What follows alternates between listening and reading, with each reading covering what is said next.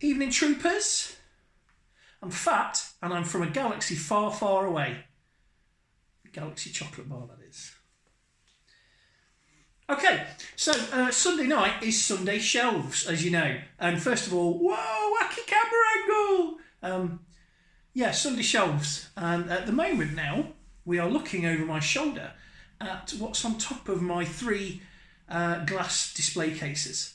You might have seen this as I pan around the room, or I've shown you different angles, but there's like a load of stuff up here that I can't really fit anywhere else. And the main thing, the elephant in the room, is this Black Series First Order TIE Fighter. Woo, mama! It's huge.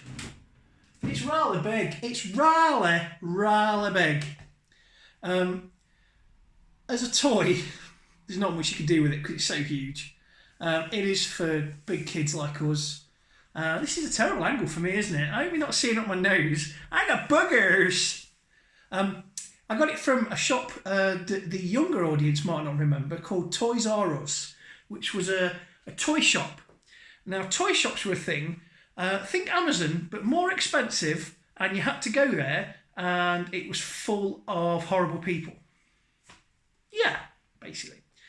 And my dear old pops bought me the big TIE Fighter before he passed away, because he knew I was an idiot. It was my dad, he knew. It comes with a Black Series pilot, who's in this case here, I'm not getting him out, who can more or less fit in.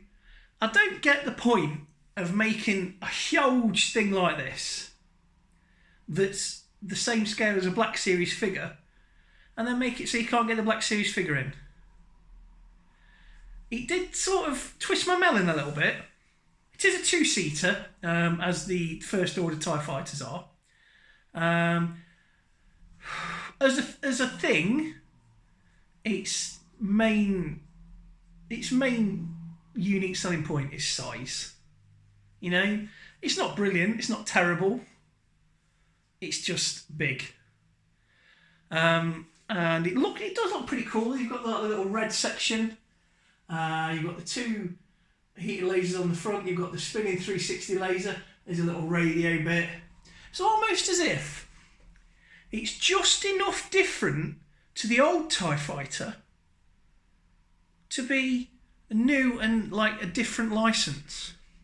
It's almost as if maybe that there's a rumour flying around that I don't think is true, that when Lucas sold the licence for Star Wars to Disney for like $6 billion, he sold the licence, but he also kept residual rights for certain elements.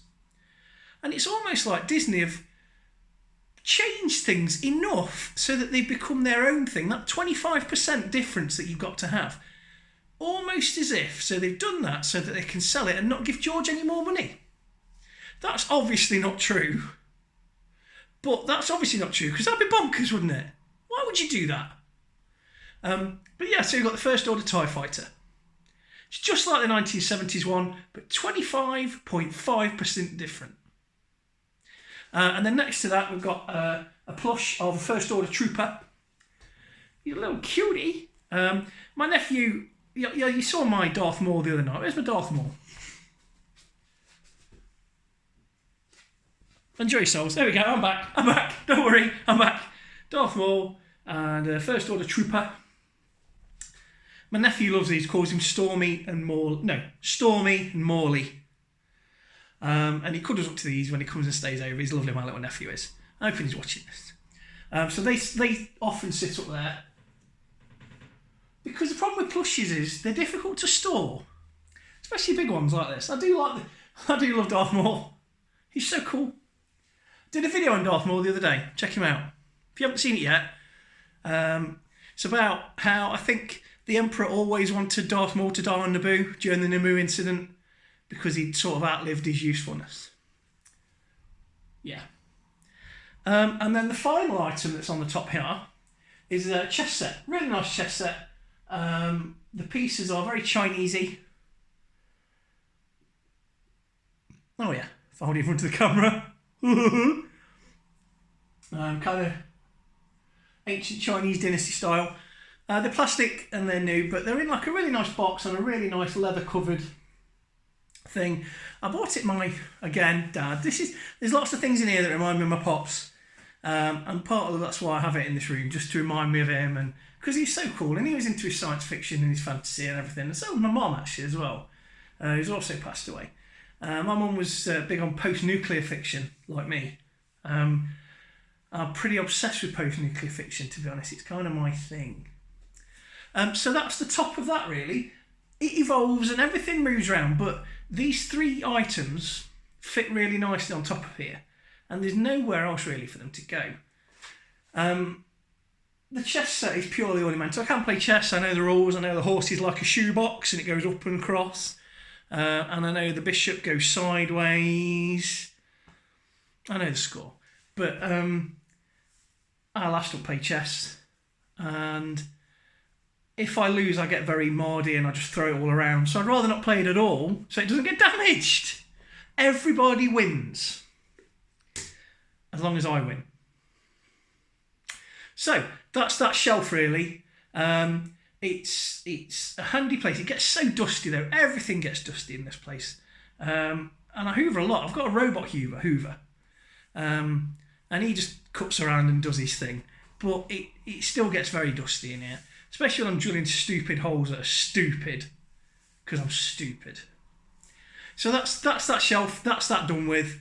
We don't never need to come to this corner of the man cave again. Although there are a couple of things on the wall here. While we're in this area. This is on the wall by the door. So remember Loot Crate? I subscribed to Loot Crate for a bit. And I binned it because it was rubbish. And it turns out everyone else did as well. But you got like a colour pin. And then this is just a cheap rubbish thing from B&M. But I quite like the look of it. And it's nice to pin the pins through, but that looks like I only had 4 months of Loot Crate. But I think they only brought the pins in after a couple. And then the other thing that's right next to this, on the wall, is, I think I've shown you this before, my mission patches for the Sulaco, which is from Aliens. So there's the Colonial Marines shoulder pad and the Colonial Marines chest piece, and they're in a nice little box frame. I'm a swine for box frames. So that's that really. That's that. So Sunday shelves, we're gradually working round. Eventually we'll get to the bookcase, we'll do that shelf by shelf as well, and that'll be fun. So, like, subscribe, bell, do all those things, and I will see you all very soon. Bye!